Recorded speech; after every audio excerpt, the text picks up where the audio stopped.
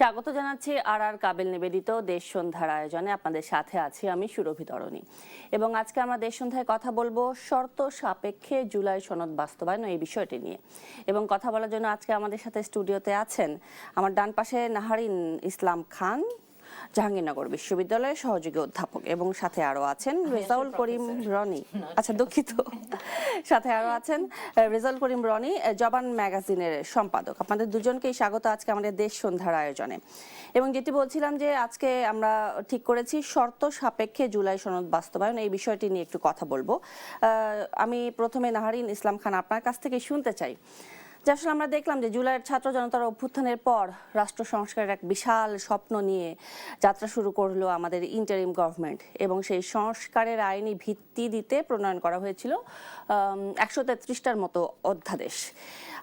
নতুন সংসদ বসার 30 দিনের মধ্যে, আমরা নর্মালি যেটা জানি আর কি, সংবিধানের 93 নম্বর অনুচ্ছেদ যদি আমি ভুল না করে থাকি সেই অনুযায়ী নতুন সংসদ বসার 30 দিনের মধ্যে, অর্থাৎ এই যে 11 এপ্রিলের মধ্যে এসব অধ্যাদেশ সংসদে অনুমোদন না হলে তার আসলে কার্যকারিতা লোপ পেয়ে যাবে।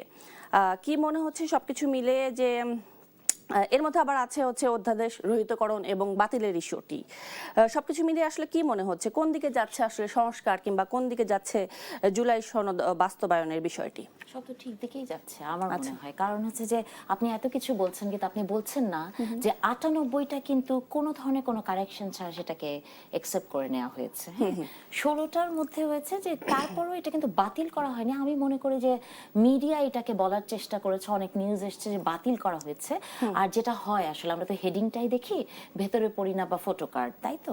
তো এখন যে 16টার কথা বলা হয়েছে বাতিল, মিডিয়া বলছে সেটি আসলে বলা হয়েছে যে এই 16টার জন্য আরো শক্তিশালী কমিটি করে আরো যাচাই বাছাই করা হবে, এবং তাতে দুই দলেরই লোকজন থাকবেন এবং স্বতন্ত্র প্রার্থীরা যারা আছেন, স্বতন্ত্র সাংসদরা তারাও সেখানে থাকবেন। তো তার মানে হচ্ছে এই 16টা নিয়ে তার মধ্যে গুম কমিশন আছে, মানবাধিকার কমিশন আছে, যেগুলো ভেরি সেনসিটিভ। আপনি জানেন যে ইন্টারিম কমিশন কি রয়েছে, দুর্নীতি দমন কমিশনেরটা, হ্যাঁ দুর্নীতি দমন কমিশনটাও তো আছে ওটাতে, হ্যাঁ। এবং আপনি জানেন যে গত ইন্টারিমের সময়ে যখন এইগুলো করা হয়েছিল অনেকেরই কিন্তু অনেক মানে কন্ট্রোভার্সি আছে, অনেক তাদের যে যেমন গণভোট, আপনি যদি গণভোটের কথা বলেন সেখানে আপনি দেখেছেন যে এক ধরনের কন্ট্রোভার্সি আছে। বিএনপিকে অলওয়েজ বলা হচ্ছে যে বিএনপি কেন গণভোটকে এখন নাকচ করে দিতে চাচ্ছে, বিএনপি নাকচ করে দিতে চাচ্ছে না। কিন্তু এই প্রশ্নটা কেউ তোলে না যে বিএনপি যখন গণভোটের আগে তার নোট অফ ডিসেন্ট দিয়েছিল সেগুলো কোথায় গেল গণভোটে। অথবা আপনি শুনেছেন যে গণভোটের কয়েকদিন আগে, আমি কালকে দেখলাম না পরশুদিন, শিশির মণি সাহেব উনি গণভোটের প্রশ্ন বোঝা না বোঝা নিয়ে নিজেকে খুব ভালো ছাত্র হিসেবে দাবি করেছেন। তিনি বলেছেন যে তিনি খুবই ভালো ছাত্র এবং সালাউদ্দিন আহমেদ খারাপ ছাত্র, কারণ ওই 4টি প্রশ্ন উনি বুঝতে পারে না। কিন্তু শিশির মণি সাহেব অবশ্যই ভালো ছাত্র, আমার রনি আমাদের মতো ভালো ছাত্র, কিন্তু উনি হচ্ছেন সেই ভালো ছাত্র যে ধরেন একটা আপেল গাছের নিচে বসে থাকলে আপেলটা যখন টুপ করে পড়ে উনি আপেল মনে করে ধুয়ে খেয়ে ফেলে। আর সালাউদ্দিন সাহেবদের মতো প্রথিতযশা নেতা বা রাজনীতিবিদ বা বিএনপির মতো একটি দল, সেই দলটি হচ্ছে এমন একটি দল যে আপেলটা কেন নিচে পড়লো সেটার মাধ্যাকর্ষণ শক্তি আছে কিনা সেটা চিন্তা করার জন্য সময় নেয়। সো রাজনীতিতে আপনাকে বুঝতে হবে যে কোনো কিছু মানে সহজে, মানে আপনি যদি মিনিটের মধ্যে সেটাকে মেনে নেন তাহলে ওই বিষয়গুলো সেরকমই হবে। যে জামাতে ইসলামের কিছু কথা শুনেছেন না যে আজকে আমরা এটা করব, যেমন আমরা জুলাই সনদ স্বাক্ষর করব না, যে তারা স্বাক্ষর করে ফেললেন, অথবা সংসদে আমরা শপথ নিব না, কিন্তু যে তারা সংসদে শপথ নিয়ে ফেলেছেন। হ্যাঁ, তো তার মানে হচ্ছে যে বিচক্ষণতা, পরমত সহিষ্ণুতা এবং সময়ক্ষেপণ এবং বিবেচনা বোধ খুবই গুরুত্বপূর্ণ রাজনীতির ময়দানে, যা আমরা গত 1.5 বছরে দেখিনি এবং যেটি বাংলাদেশের মানুষ এখন সাফার করছে। যে আমি আবারও আসবো নাহরিন খান আপনার কাছে। রেজাউল করিম রনি আপনার কাছে জানতে চাই, আপনিও কি তাই মনে করেন কিনা যে সবকিছু সঠিক পথে বা ঠিক দিকে এগোচ্ছে? যেটি মানে প্রশ্ন করেছিলাম আসলে কোন দিকে, পরিস্থিতি দেখে কি মনে হচ্ছে কোন দিকে যাচ্ছে সংস্কার, কোন দিকে যাচ্ছে জুলাই সনদ বাস্তবায়নের ইস্যুটি? জি ধন্যবাদ সবাইকে এবং আমার সহ-আলোচক নারিন আপা এবং সুরভি আপনাকেও। তো দেখেন, এই যে সংস্কার কোন দিকে যাচ্ছে এটা ছোটবেলার থেকে শুনতেছি। 5 তারিখের পরে আমি প্রথম যখন টকশোতে আসছি এটা দিয়ে শুরু হয়েছিল আলাপ, এখনোই একই আলাপ। বিএনপির এজেন্ডা কি এবং আপনার এনজিও সরকার, এনসিপি, জামাতের এজেন্ডা কি, এটা আমাদের পরিষ্কার বুঝতে হবে। 1 নাম্বার। 2 নাম্বার হইল অধ্যাদেশ মানে কি, সংসদের এখতিয়ার কি, এই জিনিসগুলো যারা বুঝে না, এই যে বললো ভালো ছাত্র, ভালো ছাত্রদের একটা স্বভাব কিন্তু আছে, এরা প্রচন্ড সেলফিশ হয়, নিজেরটা আগে বুঝে, কাউকে হেল্প করতে চায় না। হ্যাঁ কারণ আপনি পড়াশোনা করছেন না, দেখছেন না, এবং সবচেয়ে বাজে মানুষগুলো ভালো ছাত্র হয় পরবর্তী সময় দেখা গেছে। রেয়ার ব্যতিক্রম অবশ্যই আছে, অনেক ভালো মানুষ ভালো ছাত্র এটা আছে, আমি জেনারেলাইজ করছি না, হ্যাঁ, কিন্তু আমি বলতেছি সাধারণত মোটা দাগে এটা দেখা যায় বা বাজারে এই কথা প্রচলিত আছে। ফলে ভালো ছাত্রের গৌরব, আর আমাদের এডুকেশন তো এটা ইন্টেলেকচুয়াল, ডিগ্রিকে জ্ঞান মনে করে, সো এটা একটা ভয়াবহ ফ্যাটিস একটা ব্যাপার আছে, আপনি জানেন এডুকেশনে আপনি কাজ করেন। সো আমরা যারা মূর্খ মানুষ, সাধারণ মানুষের ভাষায় কথা বলার চেষ্টা করি, গ্রামগঞ্জ থেকে উঠে আসছে, শিক্ষা দীক্ষার কোনো গর্ব আমাদের নাই, বরং আমরা কি জানি না সেটা নিয়ে শঙ্কিত থাকি, আমরা বোঝার চেষ্টা করি সাদা দিলে অধ্যাদেশ মানেই হইল খণ্ডকালীন আইন। এইটা বোঝার জন্য কোনো আইনজ্ঞ হওয়ার দরকার পড়ে না, কোনো ব্যারিস্টারি ডিগ্রি দরকার পড়ে না, এটা কাণ্ডজ্ঞান দিয়ে বোঝা। যে জিনিস কাণ্ডজ্ঞান দিয়ে বুঝে না, যে তাকে যদি 10,000 ডিগ্রিও আইন আপনি দেন, সে বুঝবে না কোনো কিছু। ফলে হাসিনারও ডিগ্রি প্রীতি ছিল, এমন কোনো বড় বড় দেশ নাই যেখান থেকে সে ডিগ্রি ঝুরি বইরা আনে নাই। ফলে এই সমস্ত অর্থহীন ডিগ্রি এবং ডিগ্রির অত্যাচার যারা নিজেরা ধারণ করে জাতিকে একটা নির্মম পলিটিক্সের দিকে ঠেলে দিতে চায়, তারা এখানে যে রাজনীতিটা করতে চাচ্ছে সেটাকে আমি আজকে এই যে প্রথম আলোতে একটা লেখা পড়তেছিলাম AKM জাকারিয়া সাহেবের, খুবই গুরুত্বপূর্ণ লেখা, উনি ডিপ স্টেট নিয়ে আলাপ তুলেছেন। এবং আমি মনে করি এনসিপির আপনার নেতা, যিনি আপনার যার বিরুদ্ধে অনেক দুর্নীতির অভিযোগ আছে, অভিযোগগুলো তদন্ত হওয়ার দাবিও আছে সমাজে, হ্যাঁ, সেগুলো আশা করি তদন্ত হবে। এই আসিফ মাহমুদ সজীব ভুইয়া, উনি যে ডিপ স্টেটের কথা বললেন, এবং ডিপ স্টেট বলতে আসলে কি বোঝায়, এবং ডিপ স্টেটের এজেন্ডা ইউনূস সরকার, আসিফ মাহমুদ বলছে যে তারা এটা এলাও করে নাই দেখে তারা নির্বাচন দিয়েছে, কিন্তু তারা তো নির্বাচন নিয়ে টালবাহানা করেছে। পুরো সময়টা আমরা নির্বাচনের কথা বলেছি, জনগণের ভোটাধিকারের কথা বলেছি 18 বছর ধরে, এই জন্য আমাদেরকে জুলাই, গাদ্দার, হাবিজাবি, এগুলো কত কিছু বলা হয়েছে। অথচ নিকোলাই গুগলের পকেট থেকে যদি রাশিয়ান সাহিত্য বের হয়ে থাকে, আমাদের পকেট থেকে এই গণঅভ্যুত্থান বের হয়েছে। যদিও আমরা বলেছি গণঅভ্যুত্থানের একমাত্র ক্রেডিট শহীদদের, শুধু জীবিতদের আছে দায়িত্ব, কিন্তু দায়িত্ব নিতে কাউকে দেখা যায়নি। সবাই জুলাই বাণিজ্য করতে আগায় আসছে, দায়িত্ব নেওয়ার জন্য ওই তারেক রহমানকে আসতে হয়েছে লন্ডন থেকে। এর আগ পর্যন্ত আপনি দেখেন নেই 18 মাস জুলাই যোদ্ধারা হুইল চেয়ারে করে রাস্তায় রাস্তায় আন্দোলন করতেছে, ঘুরতেছে, কই? এখন তো তাদেরকে সংসদে ডাকা হচ্ছে, এখন তো তাদেরকে মর্যাদা, তাদের কথা শোনা হচ্ছে, তাদের আকাঙ্ক্ষার আলোকে বাস্তবায়ন হচ্ছে। এখন এখানে যেটা হচ্ছে, বিএনপি সরকারের সমালোচনা আপনি করবেন, স্বাগতম, করতেই হবে, আমরাও করব। কোথায় করবেন আপনি? প্রোপাগান্ডার পলিটিক্স করে এখানে সমাজকে বিষাক্ত করে ফেলা হচ্ছে, আজকে রাজনীতিকে অসম্ভব করে তোলা হচ্ছে, এখানে পলিটিক্স অফ টক্সিকেশন এখানে শুরু করা হচ্ছে, বিএনপির সমালোচনা করার সুযোগ রাখা হচ্ছে না।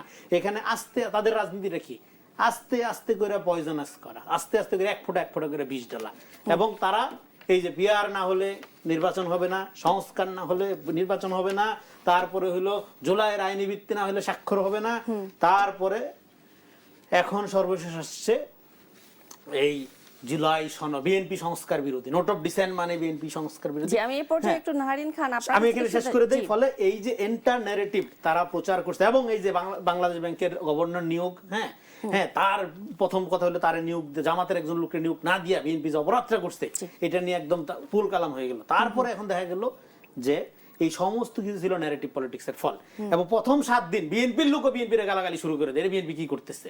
তারপরে আস্তে আস্তে যখন এই হাইপ থাইমা আসে, একটু থিত হয়ে আসে, তখন বোঝা যায় যে বিএনপি অ্যাকর্ডিং টু কোর্স, জনগণের ম্যান্ডেট এবং গণতান্ত্রিক আদমের, যেহেতু এটা একটা লিবারাল ডেমোক্রেটিক পার্টি, ফলে এটা কোনো অ্যানার্কিস্ট পার্টি না, ও চাইলেই সকালে একটা বিকালে আর একটা করতে পারে না, তাকে অ্যাকাউন্টেবল থাকতে হবে জনগণের কাছে, এবং তার যে অঙ্গীকার, এই যে ধন্যবাদ। আমি একটু নাহারিন খান 31 দফা থেকে এই যে আপনার এই যে ইস্তেহার ধরে তাকে আগাইতে হবে, না হলে জনগণ তাকে ছাড়বে না। এই কারণে কোনো অ্যানার্কিস্ট হুটহাট ডিসিশন সে নিতে পারে না, এইটা বুঝতে হবে। এই জন্য আমি এখানে শেষ করে এই পয়েন্টটা বললে যে, ফলে আমরা এই যে যখন আজকে তেলের সংকট, এবং আজকে যেটা বলা হচ্ছে যে এই সরকার জিডিপির গ্রোথ বাড়ানোর চেষ্টা করতেছে, আবার এট দ্য সেম টাইম ঋণের উপর ডিপেন্ডেন্সিও কিন্তু বাড়তেছে, এগুলো নিয়ে আমরা আলোচনা না করে যেগুলো টক্সিক ইস্যু, সেগুলো নিয়ে যখন আমরা আলোচনা করছি, তার মানে আমরা অলরেডি যেটা ইস্যু সেটাকে নন ইস্যু বানাচ্ছি, নন ইস্যুকে ইস্যু বানাচ্ছি।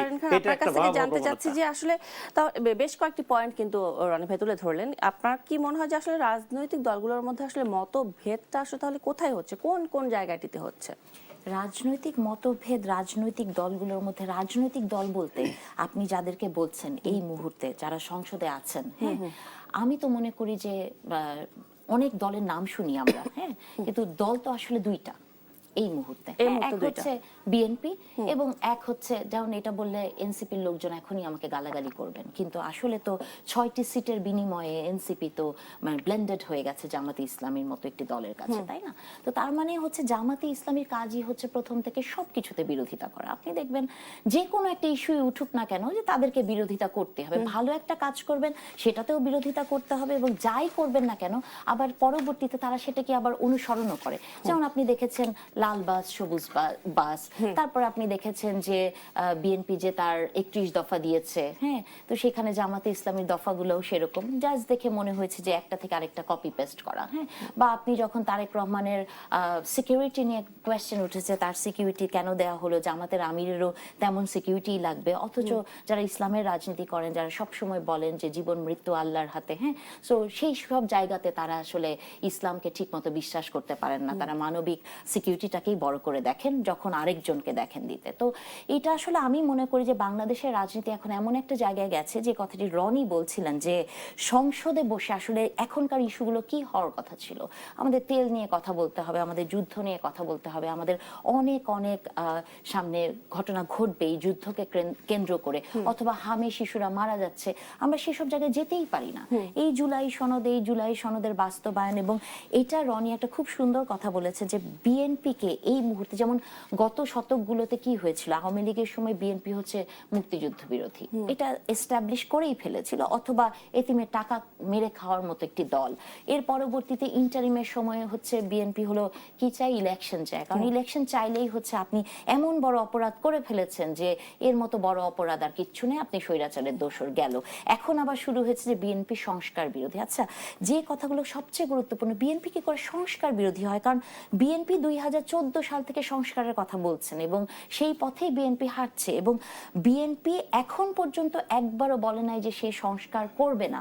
কিন্তু বিএনপির কথা হচ্ছে যে বিএনপি যে সংস্কারের পথে যাবে, বিএনপি যে কমিটমেন্ট দিয়েছে সেই কমিটমেন্টের দিকে বিএনপি হাঁটবে। দেখেন, বিএনপির কিছু পার্সোনাল কমিটমেন্ট ছিল, ইশতেহারে ফ্যামিলি কার্ড ছিল, কৃষক কার্ড ছিল, সেগুলো বাস্তবায়ন করা হয়েছে। হ্যাঁ, এখন এটা নিয়েও কথা বলছে যে আচ্ছা এটা বাস্তবায়ন করছে মাত্র এই কয়জন মানুষ পেলে, কারণ পাইলট প্রজেক্ট বলেও যে একটা বিষয় আছে সেটা আসলে এরা বুঝতে নারাজ। তো আমি আসলে মনে করি যে এই বিরোধিতাগুলো বিরোধিতার খাতিরেই, এবং এই বিরোধিতা করে যেটা হয় যে এগুলো বলে আগে ইলেকশনের আগে অনেক আমরা গালাগালি খেয়েছি যে আপনি সকালবেলা থেকে রাত 11:30 12টা পর্যন্ত বিএনপির সমালোচনা করবেন, এরপরে আপনি আসলে বিএনপি অফিসে যাবেন এবং বলবেন যে চলেন আমরা একসাথে কাজ করি। জি, ধন্যবাদ। তাহলে কি আমরা মনে করব যে আসলে রাজনৈতিক দলগুলোর অবস্থান তাহলে এরকম দাঁড়াচ্ছে যে যেখানে যার যেটা সুবিধা তারা সেটাই মানতে চাচ্ছে কিনা, এবং ব্যক্তিগত জি, এবং আমরা দলীয়। আসবো এই প্রসঙ্গে, তবে একটি বিরতির পরে আবারও ফিরে আসছি। দর্শক দেখছেন আর কাবিল নিবেদিত দেশ সন্ধ্যা, দেখছেন আর কাবিল নিবেদিত দেশ সন্ধ্যা। আজকে আমরা দেশ সন্ধ্যায় আলোচনা করছি শর্ত সাপেক্ষে জুলাই সনদ বাস্তবায়ন, এবং আমাদের সাথে আছেন নাহরিন ইসলাম খান এবং রেজাউল করিম রনি। এই পর্যায়ে নাহরিন ইসলাম খান, আপনার কাছেই জানতে চাই, বিরতিতে যাওয়ার আগে একটি প্রশ্ন রেখে গিয়েছিলাম যে কি মনে হচ্ছে রাজনৈতিক দলগুলোর অবস্থা দেখে, যে যেখানে যার সুবিধা বা যেখানে তার সুবিধা সেটা তারা মানতে চাইছে কিনা, বিষয়টা কি এরকম মনে হচ্ছে কিনা? সেই উত্তরটাই তো দিলাম মানে বিরতির আগে, যে আসলে সেটাই তো হচ্ছে যে এবং সেই সুবিধাটা হচ্ছে মানে এমন সুবিধা না যে আপনি দেশের জন্য দেশের সুবিধার জন্য করছেন, এটি একটি ব্যক্তিগত এবং আপনার রাজনৈতিক পারপাস সার্ভ করার জন্যই আপনি এই কাজটা করছেন। যে রাজনৈতিক পারপাসটা কি, এমনও যদি হয় যে সেই রাজনৈতিক পারপাসটা দেশের জনগণের জন্য আপনি করছেন, সেটা তো না। এই রাজনৈতিক পারপাসটা হচ্ছে সেটা যে রাজনৈতিক পারপাস নারীকে সামনে আসতে দিতে চায় না, যে সেই রাজনৈতিক পারপাস যেই রাজনৈতিক পারপাস বলে নারীকে যে তুমি কোনোদিন প্রধান হতে পারবে না, সেই রাজনৈতিক পারপাস যে পারপাসটা বলে যে 8 ঘন্টা কাজ করার দরকার নাই, ঘরের ভিতর থাকলে তুমি সম্মানিত হবা। তো তার মানে এটা হচ্ছে আমাদের এই সাবকন্টিনেন্টে বা আশেপাশের দেশগুলোতে আপনি দেখেছেন পৃথিবীর সব জায়গাতেই ডানপন্থীর একটা উত্থান হচ্ছে, ইসলামিস্ট রাজনীতি বা ধর্মীয় রাজনীতির প্রভাব বাড়ছে ঠিকই, কিন্তু আমাদের আশেপাশের দেশগুলোতে সেটিকে যেমন করে হচ্ছে, এবং বাংলাদেশে আপনি গত 1.5 বছর যেভাবে করে এটাকে আমি কখনোই বলি না যে এটা ইসলামের প্র্যাকটিস করা, এটা ইসলামের সেন্টিমেন্ট নিয়ে এবং অনেক ক্ষেত্রে ইসলামকে মিসকোট করে যে রাজনীতি করা হয় সেটাকে আসলে আমি জানি না যে এটাকে আমি দেশের জন্য বলবো কিনা। আজকে কোথায় যেন একটা নিউজ দেখলাম, আমি জানি না মানে এটার অথেন্টিসিটিটা কি, একটু বলে রাখি। দেখলাম যে একটা কোনো মসজিদ কমিটিতে বলা হচ্ছে যে গান বাজনা করলে বা গান বাজালে কবরে জায়গা হবে না। হ্যাঁ, এটা এটা আপনি হয়তো ভালো বলতে পারবেন কোথায় এই ঘটনাটি ঘটেছে, আমি একটু আগে দেখলাম। তো আপনি বলেন যে ইসলামের রাজনীতিতে বা ইসলাম ধর্মে কোথাও কি লেখা আছে যে ধরেন আত্মহত্যা করা মহাপাপ, কিন্তু সেখানে কি লেখা আছে যে আপনাকে কবর দেওয়া যাবে না? ইসলামে কি কোথাও এটা আছে?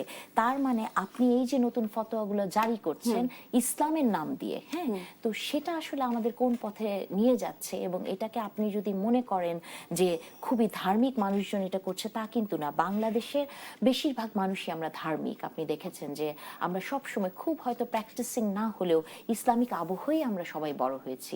ইভেন অর্থাৎ বাংলাদেশে দলের কিংবা নিজের স্বার্থে রাজনীতি করার জন্যই তারা আসলে এগুলো মাঝে মাঝে আলাপ দিচ্ছে আর কি। of G, course. ধন্যবাদ আপনাকে। এই পর্যায়ে রেজাল্ট করেন মানে আপনার কাছে জানতে চাই, একটু প্রসঙ্গ একটু পাল্টিয়ে প্রশ্ন করতে চাই যে একটি গণমাধ্যমে দেখলাম যে ইন্টারিম গভর্নমেন্টের আসিফ নজরুল সাহেবের ইন্টারভিউ দেখলাম, এবং সেখানে উনি বলেছেন যে আমেরিকার সাথে চুক্তিসহ অনেক বিষয়ে ডক্টর ইউনূস তাকে কিছু জানাতেন না, এবং একই ঘটনা বা বিষয় হচ্ছে আমাদের তৎকালীন প্রাণী সম্পদ উপদেষ্টা ফরিদা আক্তার এবং ব্রিগেডিয়ার সাখাওয়াতের বেলায়ও ঘটেছে।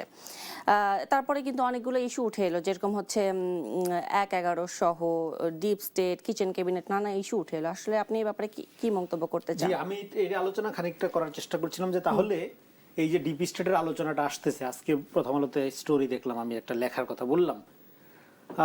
ডিপ স্টেট কি? ডিপ স্টেট হলো যারা রাষ্ট্রের আইন কানুনের বাইরে রাষ্ট্রীয় ক্ষমতাকে ব্যবহার করে প্রভাব বিস্তার করার নানা রকম চেষ্টা করে এবং যেটার কোনো অ্যাকাউন্টেবিলিটি থাকে না, এই ধরনের একটা চক্রকে ডিপ স্টেট বলা হয়। এটা মানে খুবই ক্যাজুয়াল সাধারণ ব্যাখ্যা। এখন এই ধরনের শক্তি, তাহলে ডিপ স্টেট বনাম জনগণের রাষ্ট্র। এখন আমরা তো কোনো ডিপ স্টেট দ্বারা শাসিত হতে চাই না। আমরা কেন ভোটাধিকারের কথা বলেছি, আমরা কেন নির্বাচিত সরকারের কথা বলেছি? আমরা এই কারণে বলেছি যে যাতে এই আইনি কাঠামোর বাইরের কোনো শক্তি, হ্যাঁ, সেটা দেশি হোক বিদেশি হোক বা নিজেদের স্বার্থে হোক, যাতে রাষ্ট্র ক্ষমতাকে ব্যবহার করে হ্যাঁ জনগণের অধিকার থেকে জনগণকে বঞ্চিত করতে না পারে। এই জন্যই তো এই যে জুলাই সনদ, এখন যে ন্যারেটিভ পলিটিক্স, এইটারও যে এইটার ব্যাপারে এই যে কথাবার্তাগুলো আসছে, যেমন আপনার প্রোগ্রামের শিরোনাম কি, তাহলে কি শর্ত সাপেক্ষে জুলাই সনদ বাস্তবায়ন? কে কারে শর্ত দিচ্ছে? কিসের শর্ত? কোথায় আসলো এই শর্ত থেকে? কে কাকে শর্ত দেয়? শর্ত দেওয়ার জন্য একটা অথরিটি লাগবে। কিসের শর্ত সাপেক্ষে বাস্তবায়ন? বিএনপি যে জুলাই সনদ স্বাক্ষর করেছে জাতির সামনে এবং যেই ইস্তেহার প্রণয়ন করেছে, তার মধ্যে একটা সিনক্রোনাইজেশন আছে, এটা আমি বারবার বলেছি।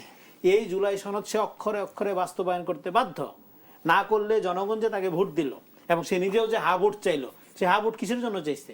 এই জুলাই সনদের জন্যই তো চাইছে। তাহলে সে সেটা বাস্তবায়ন করতে বাধ্য। কিসের শর্ত সাপেক্ষে? এখানে কোনো শর্ত নাই তো।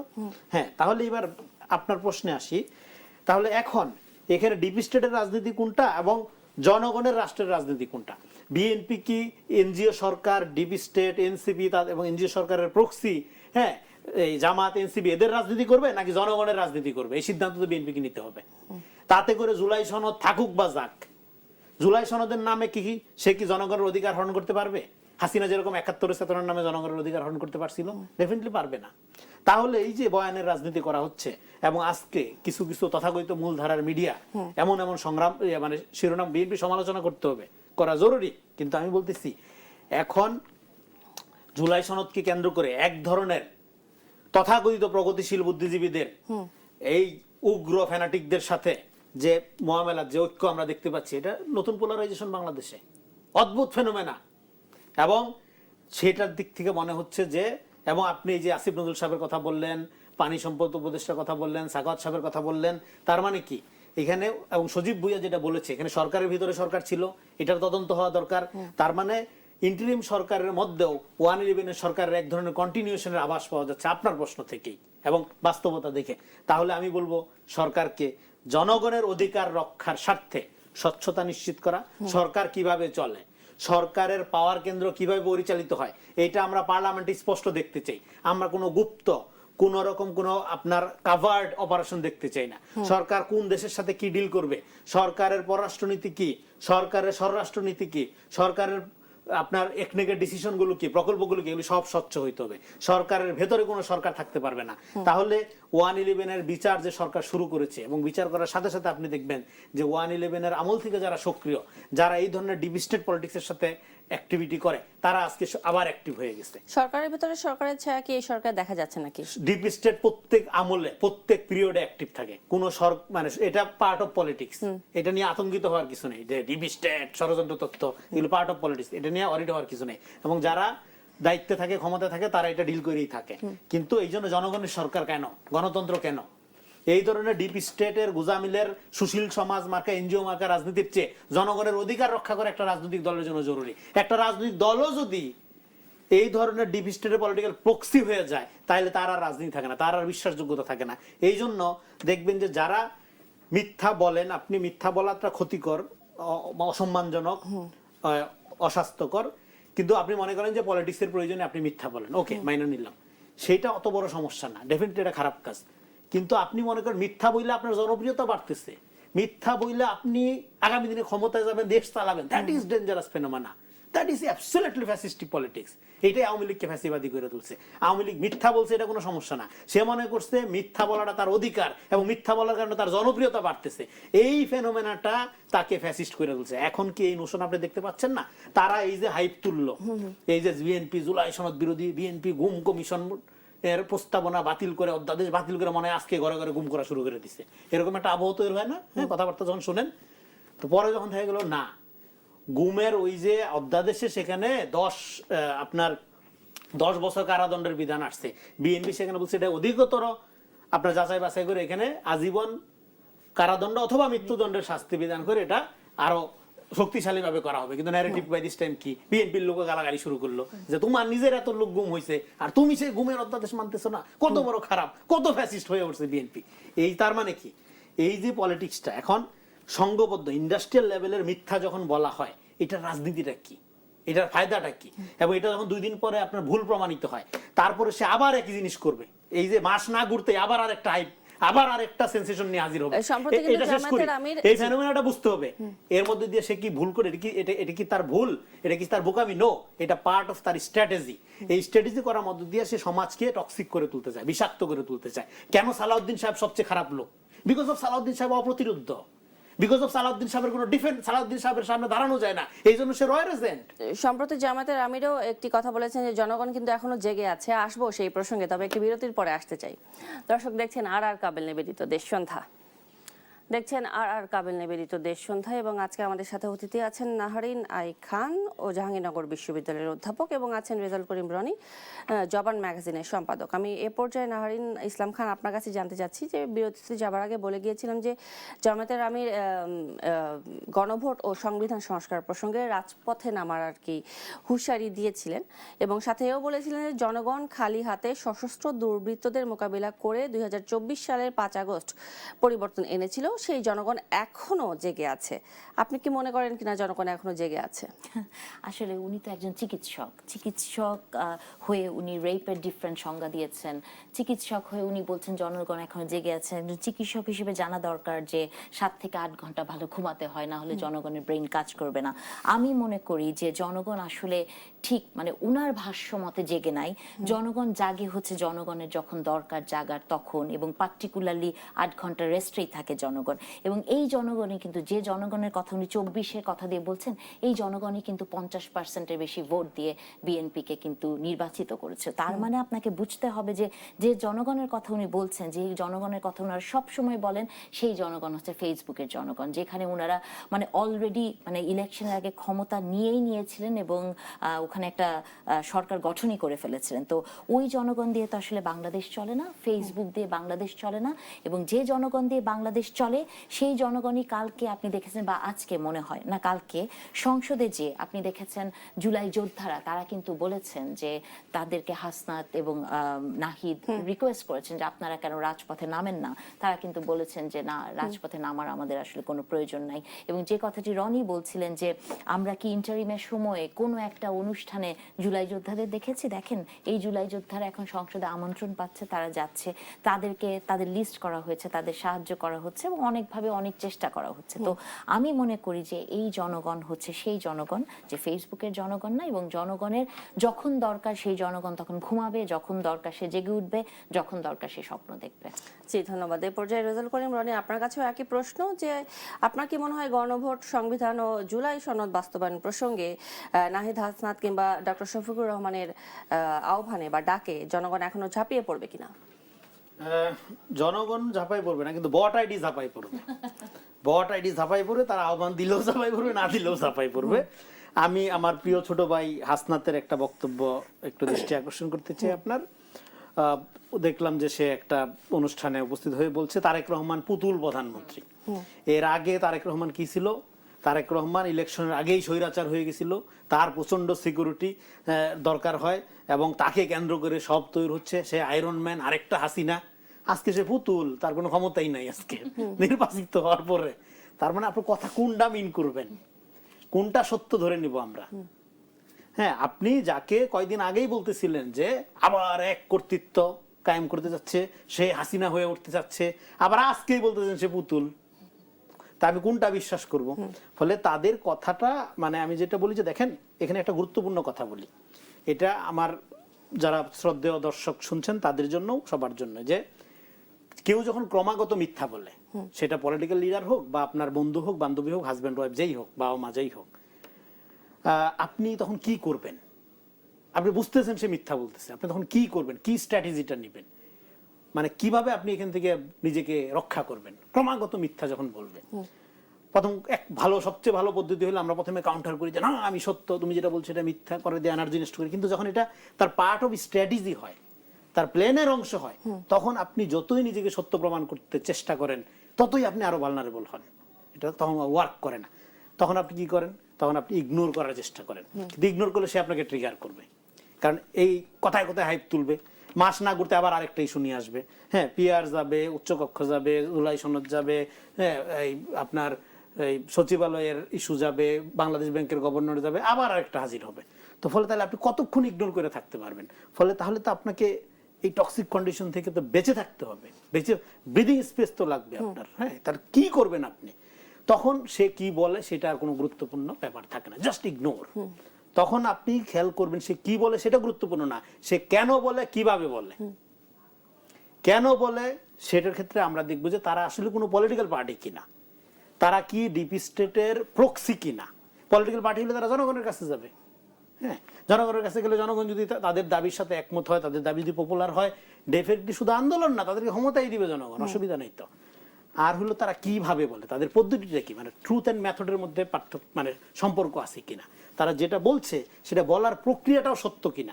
আপনি শুধু সত্য বললে হবে না। তাহলে কি রেজাউল করিম রনি আপনি বলবেন যে সত্য বলার প্রক্রিয়াটাও সহি হইতে হবে, পুরনো বন্দোবস্তের মধ্যে দিকে ঝুঁকে যাচ্ছে কিনা? এই বন্দোবস্ত কথাটা দয়া করে আর বললেন না। মানে হ্যাঁ, বন্দোবস্ত পুরানো। দেখেন, বাংলাদেশের মানুষের ভোটাধিকারের মধ্য দিয়ে একটি সরকার প্রতিষ্ঠিত হয়েছে। সেই সরকারকে আমরা অ্যাকাউন্টেবল দেখতে চাই টু পিপল, জনগণের কাছে, কোনো এনজিওর কাছে না, কোনো ডিপ স্টেটের কাছে না। ফলে বিএনপিকে এটা এই স্ট্রাগলটাতে উইন হইতে হবে। তাদেরকে জনগণের কাছে তারা যে প্রতিশ্রুতিগুলো দিয়েছে সেগুলো বাস্তবায়ন করতে হবে, তাদেরকে কর্মসংস্থানের দিকে যেতে হবে। প্রচুর বেকার মানুষ আপনি এখন বলছেন যেগুলো নিয়ে আলাপ হওয়ার কথা, এগুলো আপনি যেগুলো আলাপ করেছেন এগুলো অলরেডি সলভ। জুলাই সনদ বিএনপি স্বাক্ষর করেছে এবং যেগুলোতে সে নোট অফ ডিসেন্ট দিয়েছে এগুলো সহই জনগণ তাকে ম্যান্ডেট দিয়েছে। এগুলো তেনা পেছায় লাভ নেই, ন্যারেটিভ করে লাভ নেই। বিএনপি এই অনুযায়ী করে কিনা তখন আমরা সমালোচনা করবো। এখন দেশি বিদেশি, হ্যাঁ, অশিক্ষিত অশিক্ষিত, বুদ্ধিজীবী অবুদ্ধিজীবী মিলে যে হাইপ তুলতেছেন, এটা দুই পয়সার কোনো গুরুত্ব নেই, কারণ জনগণের কাছে তাকে জবাব দিতে হবে। হ্যাঁ, আপনার এসি রুমের বিশেষজ্ঞের কোনো গুরুত্ব নেই এখন, কিন্তু গুরুত্ব জনগণের কাছে। জনগণ রিয়েলি তেল পেতে চায়, জনগণ রিয়েলি চাকরি পেতে চায় ঘুষ ছাড়া, জনগণ রিয়েলি সেবা পেতে চায়, জনগণ, কৃষক রিয়েলি ফসলের ন্যায্য মূল্য পাইতে চায়। সংস্কার বলতে তো আমি কোনো এই দফাকে বুঝি না। এখানে কৃষি সংস্কার নিয়ে কোনো আলাপ নেই, কিন্তু কৃষকের সংস্কার সবচেয়ে আগে দরকার। এটা দুধের শিশুও জানে যে কৃষকের ভাগ্য উন্নয়ন না হলে বাংলাদেশের উন্নতি হবে না। এরা জানে না, এত বড় বড় বিশেষজ্ঞ নিউ ইয়র্ক লন্ডন থেকে আসছে। এবং সামনে ধান চাষের সময় আসছে এবং হ্যাঁ, তাদের তো দরকার হচ্ছে ডিজেল। কৃষকের সার বীজের নিশ্চয়তা দিতে হবে। আপনার এই যে সামনে কালবৈশাখী মৌসুম আসতেছে আপনার, এবং ঢাকা শহরের এই যে, এবং আমার একটা ন্যারেটিভ পলিটিক্স, আমি বললাম যে জনগণকে জিম্মি করে রাস্তাঘাট বন্ধ করে আন্দোলন করা যাবে না, প্রয়োজনে রাস্তাঘাটগুলো 144 দ্বারা জারি করে রাখতে হবে। আন্দোলন করা আবার গণতান্ত্রিক অধিকার, মাঠে ময়দানে করবেন আপনি। মুক্তাঙ্গন আছে, প্রয়োজনে সোহরাওয়ার্দী উদ্যান আপনি চিরদিনের মধ্যে বরাদ্দ করে দেন আন্দোলনের জন্য, যত পারেন আন্দোলন করেন, কিন্তু রাস্তাঘাট বন্ধ করে কথায় কথায় রাজুতে আয়, হ্যাঁ, এই খেলা চলবে না, আর জি, এই মত ধন্যবাদ। চলবে না। আমরা এই জন্য একেবারে প্রয়োজন, শেষ আমি পর্যায়ে বলেছিলাম চলে আসছি। চিরদিন রাস্তাঘাটগুলোতে জনস্বার্থে 144 ধারা জারি থাকবে, সেটা ন্যারেটিভ পলিটিক্স করা হচ্ছে। 1000 ভুয়া ফটোকার্ড আপনি এখন আমরা সার্চ একেবারে শেষ পাবেন পর্যায়ে চলে আসছি। যে আমি সরকারকে ফ্যাসিস্ট হওয়ার নো, সরকারকে জনবান্ধব হইতে হবে, সরকারকে জনগণের কাছে দায়বদ্ধ হইতে হবে। জনগণের কাছে দায়বদ্ধ হবে কিভাবে? একটা কথা বলে এখানে একটু শেষ করি, সরি। সেটা হলো তারা বলতেছে তারা জনগণের সভারেন্টিতে বিশ্বাস করে। নো, তারা জনগণের সভারেন্টিকে বিশ্বাস করে না। জনগণের সভারেন্টিতে বিশ্বাস করলে তারা জুলাই সনদকে ম্যান্ডেট বলতো না। জুলাই সনদে জনসম্পৃক্ততা অর্জন হয়েছে, ম্যান্ডেট হলো পার্লামেন্টারি ডেমোক্রেসি। যখন আপনি ভোট দেন, সেই ভোটটা অবশ্যই জনগণের সার্বভৌম ক্ষমতার প্রয়োগ, কিন্তু সেটা কি? সেটা পলিটিক্যাল ক্ষমতা। সেই পলিটিক্যাল ক্ষমতাটা লিগ্যাল হয়, বৈধ হয় থ্রু দা সংসদ। ফলে যারা সংসদকে আন্ডারমাইন করে তারা অ্যানার্কিস্ট, তারা মববাজ এবং তারা বাংলাদেশের গণতন্ত্রের বিরুদ্ধে। নারিন খান, আপনার কাছ থেকে শুনতে চাই যে আসলে একেবারেই সময় শেষের দিকে চলে এসেছি আমরা, যে বিএনপি সরকার বা এখন যারা সরকার আছে তারা কি জনবান্ধব সরকার হিসেবে এখনো প্রমাণ দিতে পারলো কিনা নিজেদেরকে? আপনি কি মনে করেন বিএনপি সবসময় জনবান্ধব একটি দল? এটা আমি বিশ্বাস করি, এবং আমি মনে করি না যে কোনো একটা রাজনৈতিক দল যখন ক্ষমতায় আসে আপনি 45 দিন 50 দিনের মধ্যে তার মানে তাকে এই দাঁড়িপাল্লায় দাঁড় করাবেন। এটি হয়ে গেছে জামাতে ইসলামী সেই রাজনীতি, যে আমাদের যেমন কিছু বললে ক্যারেক্টার অ্যাসাসিনেশন করতো, তো সেই অবস্থায় হচ্ছে চলছে যে এই সরকারের ক্যারেক্টার অ্যাসাসিনেশন করছে। আমি মনে করি যে এই সরকার ঠিক পথে চলছে, এবং আমি যেটা বিশ্বাস করি যে এই সরকার যেগুলো তার ইস্তেহারে বলেছেন সেগুলো তারা মানবেন। এবং আমাদের উচিত, যে কথাটি রনিও বলছিল, যে বিএনপিকে জবাবদিহিতার জায়গায় থাকতে হবে, আমাদের প্রশ্ন করতে হবে, তাকে প্রশ্নের উত্তর দিতে হবে, এবং মানুষের মন বুঝে তারা অবশ্যই মানুষের জন্য রাজনীতি করবেন, এবং সেই রাজনীতির পথেই বিএনপিকে হাঁটতে হবে। বিএনপি কোনো এনজিও রাজনীতি করবে না, কোনো বিদেশি শক্তির রাজনীতি করবে না। অসংখ্য ধন্যবাদ আপনাদের দুজনকে আজকে আমাদের দেশ সন্ধ্যায় সময় দেওয়ার জন্য। দর্শক দেখছিলেন আর কাবিল নিবেদিত দেশ সন্ধ্যা। ধন্যবাদ সবাইকে সাথে থাকার জন্য।